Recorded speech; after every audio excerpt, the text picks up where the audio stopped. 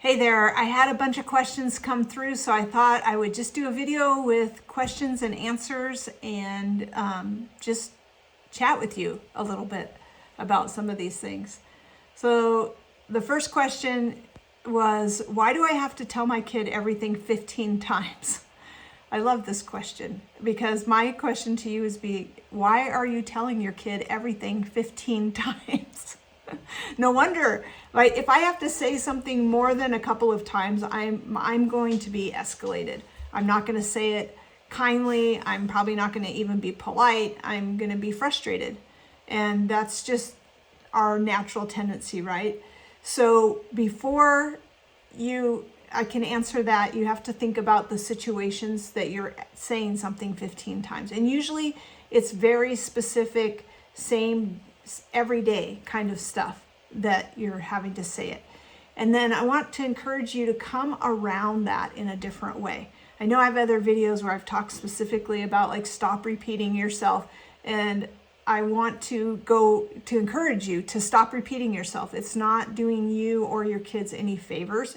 It's just causing more frustration, and your kids are learning that they don't have to do it until you reach a certain level. And that's why parents are like, and then I yell. And then that's when they do it. And so yelling works. It's like, no. That's not the only thing that works. And it doesn't work over the long haul, because eventually they're going to break through that barrier. And then what are you going to do? Because they're going to be like, oh yeah, mom's yelling or dad's yelling. So what?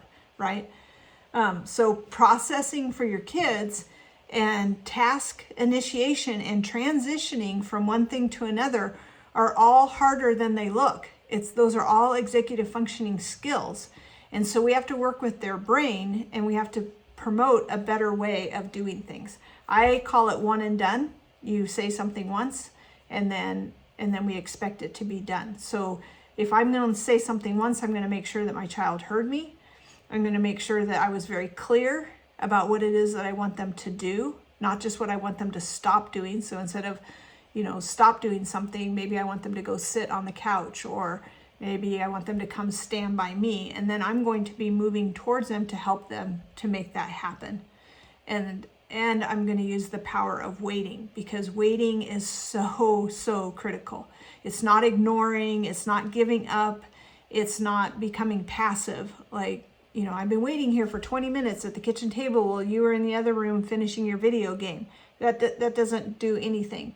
But waiting by them, or if you've told them ahead of time, hey, I'm in 5 minutes, we're going to be done, get to a stopping point. Otherwise I will stop the game for you. And, now we have a deal, right?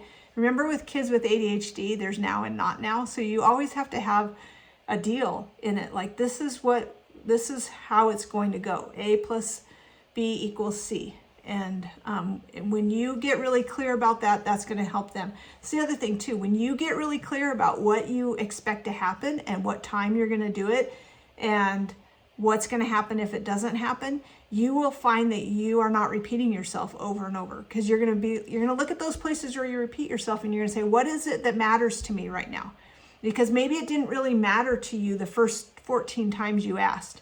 And now you're having to ask and yell, and because now it matters. Like, now it's critical. Now we really do have to go. Now we're going to be late, So back it up. Look at how you can come around it differently.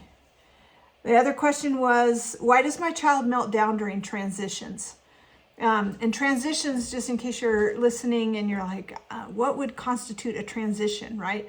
It's really moving from one activity to the other. It's not, it doesn't have to be big. There's big transitions for sure, like switching schools, or moving from summer to fall, or moving altogether, or just like our transitions that we have, like changes in jobs and things like that.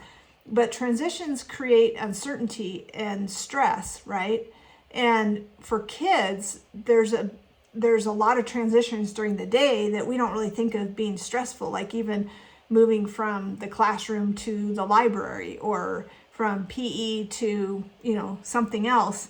And so I like creating the transition times during your day where it's not just based on whatever kids want, like even having routines around things like bedtime and waking up, and, can help with those transitions of getting up in the morning and getting things done, because we have this way that we do it, and we have these transitions that are built in, and then we're helping kids through those. So when you realize that all these things, like if you say, you know, okay, we're going to stop reading and we're going to get out of the car and do this, that's a transition. And if they're not melting down, they might just be ignoring it. But when you've kind of decided, like, this is how I'm going to give this warning, like, hey, we're going to be home in 2 minutes, so get to a stopping place in your book. Or you can sit in here in the car for 5 minutes until you get hot and then come in and we'll do this or whatever. Like, you're helping them to know how to handle those transitions. And it will help them with those bigger transitions that happen all throughout their days, right? And their weeks and their months and their school year. I had another one about nagging kids, but I think I answered that with the 15-minute, asking kids 15 times. So just go back to the beginning and listen to that. So I had a parent that asked, like, it just seems like it's laziness. Like, they don't want to do anything that I want them to do. And I really don't like putting that label on it. I like to look at it in terms of executive functioning skills, and kind of why kids don't start on their own. Kids that have executive functioning skills that are lagging usually are lagging in that ability to make those decisions about what they're going to do next, or getting started in a task. I don't think it's all task avoidance, or all that they don't, demand avoidance, all of that. Like, it's helping them to get into something. So I like using like, hey, let's go do this together, or giving them that incentive to go get it done, to do it on their own, and whatever that's going to look like.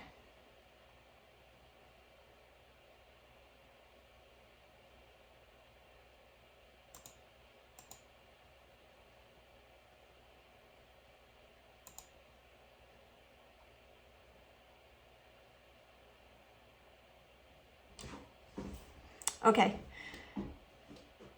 So why then does everything become a power struggle? I had a parent that asked about that. And how do I keep it from just my child ignoring me versus being a power struggle? So often when the brain is overloaded, then the kids become defensive, distracted. They can even be emotionally flooded.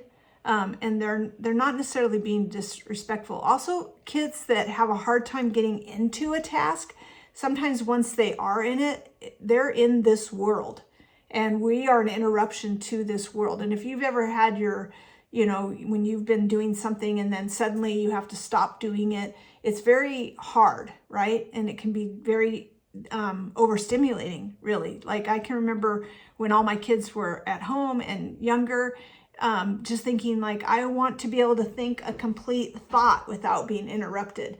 And once I realized that, I was able to tell my kids, like, hold on, let me finish what I'm thinking about, and then I'll get back to you. And so once we can recognize it in ourselves, and we can kind of be a little bit better at recognizing it in our kids. I don't really have a lot of allowance for kids to just ignore. And sometimes we have to realize that maybe we're just talking a lot, or we're saying a bunch of stuff, and we don't really care if they're listening or not. But if it's something that I really want to happen, or I need to happen, then I'm going to be very clear and direct about that. I'm going to make sure that they're not just ignoring them. I'm going to get a good response, and that's going to help with that. And the same thing with when they kind of push back with that, a good response always helps. Sometimes we're in power struggles with our kids about things that maybe we don't need to be in a power struggle with them about. So sometimes it takes recognizing that as well. Let's see, what was another question?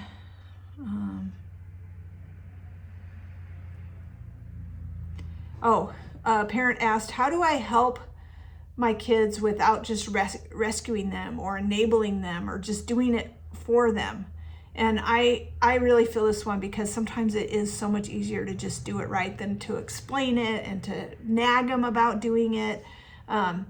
And also, like when your kids are telling you that all these other things are happening, we want to go in and we want to solve it for them. Like if it's stuff with their friends, if it's things at school, all of those kind of things. But I want to encourage you to stay supportive without doing the emotional or executive functioning work for them. Like part of what I love about what I do is that I'm not just fixing your kid, right? As if I had the power to, have a magic wand to magically fix your kid. But I'm giving you the tools to help them to build the skills that they need to be successful. And when we see the problems, it's not just to rescue them, like, oh, it's hard for you to do this, so I'll just do it for you. Instead, it's recognizing like they may not be there at that skill level yet, but how do I get there? Just like when they're learning to read or learning to do math, like they may not instantly be good at it, but we do the skill building that needs to be done so that they can be more fluent. And this is the same way with using executive functioning skills. And so sometimes it's really frustrating because other kids know how to do this, or other kids in the family could already do it, or maybe they're the youngest in the family and everybody else is keeping up but them. But we want to realize that support is coming alongside them and helping them to figure out how to do it. But some of it is also us just putting the scaffolding in place so that they can move through their day and do it well. Not necessarily changing everything in the environment, but supporting them to build those skills. So we don't want to, if our kids are bad at reading, we don't just say, oh, you're just bad at reading, I guess you'll never read.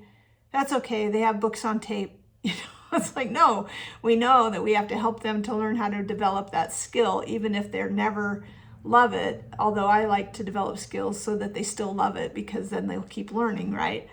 Yeah,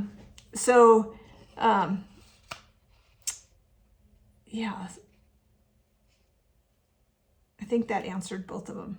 Yeah, both of those questions, which was about rescuing. Okay, I'm just going to finish up with this reminder that the power of waiting is not about doing nothing. It's about resisting the urge to panic, to lecture, to bribe, to threaten, to rescue, to overtalk, to emotionally chase your child. It's giving them the extra processing time that they need. It's us taking a step back and seeing how we can come around situations. It's us looking at situations where, yeah, I am repeating myself. So how can I do this differently so that I'm not repeating myself, instead of putting it back on the child? It's like, you're making me repeat myself. It's like, no. That's your responsibility. You have to come around it. It may look like getting the help that you need to learn how to do that, and that's totally fine. I want to encourage you to join our parent support group, and that will kind of help you to see if you need more help or if you can get the help that you need through that group. Like, that's what it's there for. Every week that we do it, I give you the tools that you need to work on things, and then I just open it up for coaching and allow people to share what's going on and their struggles, and we just go from there. So thank you so much for considering joining us in that parent support group and getting the help, because honestly, it is a lot harder to do this on your own, especially in the moment when things are happening.